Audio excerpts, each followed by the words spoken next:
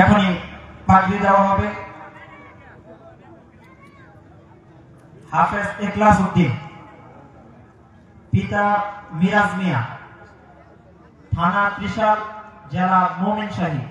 আমরা এই ছাত্রের জন্য দোয়া করব। ছোট্ট বাচ্চা, নাবালেগ মাসুম বাচ্চা, যে একজন হাফেজে কোরআনের পিতামাতার মাথার মধ্যে কিয়ামতের ময়দানে নূরের মুকুট পরানো হবে। বলেন সুবহানাল্লাহ। সুবহানাল্লাহ। এই মুকুট কেমন হবে?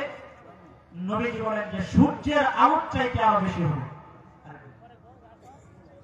হাফেজ মোহাম্মদ জুনাইদ হোসেন, পিতা মোহাম্মদ আবুল কালাম, থানা ত্রিশাল, জেলা মোমিনশাহী।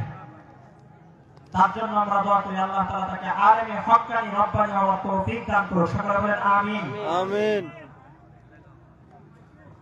হাফেজ মোহাম্মদ ওবাইদুল্লাহ, পিতা মোহাম্মদ জাইনাল আবেদিন, থানা ত্রিশাল, জেলা মোমিনশাহী। ত্রিশাল এলাকার ধন্য ৩ হাফেজ বাড়ি কোথায়? ত্রিশাল। আমাদের এই এলাকার মানুষের সুন্দর হয়তো না? এই এলাকায় আলেম দরকার আছে কিনা বলেন? আছে।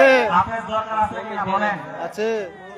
হাদিসের মধ্যে আসছে যে একজন হাফেজে কোরআন তাকে কিয়ামতের ময়দানে এমন ক্ষমতা দেওয়া হবে যে ওই হাফেজে কোরআনের পরিবারের মধ্য থেকে এমন 10 জন ব্যক্তি যাদের জন্য জাহান্নাম ওয়াজিব হয়ে গেছে, তারা জাহান্নামের মধ্যে যাবে।